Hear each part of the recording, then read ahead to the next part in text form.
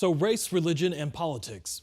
Typically issues most of us never want to talk about at the dinner table, but all things a good plate of food can help us transcend. Mrs. White opened her cafe in the 1960s, a tumultuous time in the U.S. and Arizona history.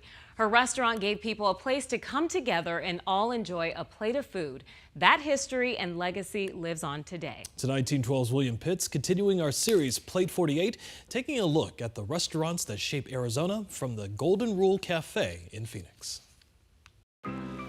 Rule number 1, Mrs. White is always right. Say it again, Grandma. Rule number 2, see rule number 1. I like for things to be done right, and it's hard to get that. Rule number 3, We try to be good because that's what the golden rule means. Elizabeth White is still watching, always watching, over her restaurant, Mrs. White's Golden Rule. That is her, yes. Been in business ever since from 64 up until now. Since 1964. How do you keep this place going from 64 all the way to today? Well, I mean, I see how, because you walk in, everybody knows you, and you're already telling people what they should be doing. how do you keep it going? Through prayer? 1964, that's when Mrs. White's opened, in a primarily African-American part of town.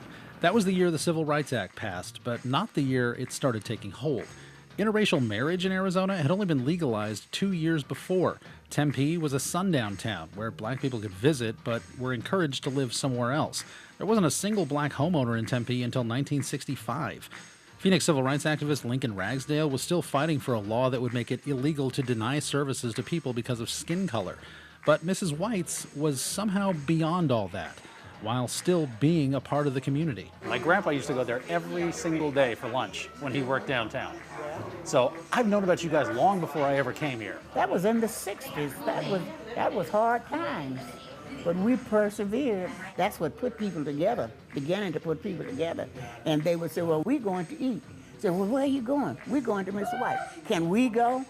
Yeah, their money's just like yours. Mrs. White's was a place where everyone could and did go. Her food is that good. Color don't make no difference to me. Color doesn't matter. Money's green. Nuh-uh. That's right. That's what I wanted, the money. I don't care if they brought it in, I don't care what color you are. And that's the same today. Southern fried chicken girls right here, all right. The menu is legendary and has stayed the same since forever. And people have loved it forever. Well, chicken, fried chicken, they love that. And they love chicken fried steak, and they love the pork chops, and they love the catfish. You just went through half the menu. Mrs. White's is definitely an institution. You know, it brings people together.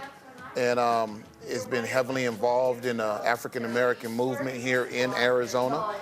And it's just played a major key part in bringing people together, bringing the community together. Larry White got his start in Mrs. White's kitchen. You probably know him as Lolo. Yes, that Lolo. And Larry started right here with Lolo Chicken and Waffle. Yeah. That's where I got my start. Grandma gave me the opportunity to display my craft. Thank you, Grandma. Oh, you're welcome. This place isn't just about food. The walls of Mrs. White's are a time capsule tracing black history in Phoenix. Mrs. White saw it and lived it. She doesn't cook much anymore. Her granddaughter runs the kitchen. I used to be just like lightning going around in here. I done it until I was, how old was I? 93? Yeah, 93 before you pulled back. Mm-hmm. She just pulled back like 6 years ago. 99 years. 99. That's right, Mrs. White is 99 years old. And no, she's not quitting. This is her restaurant, and she's going to keep it that way.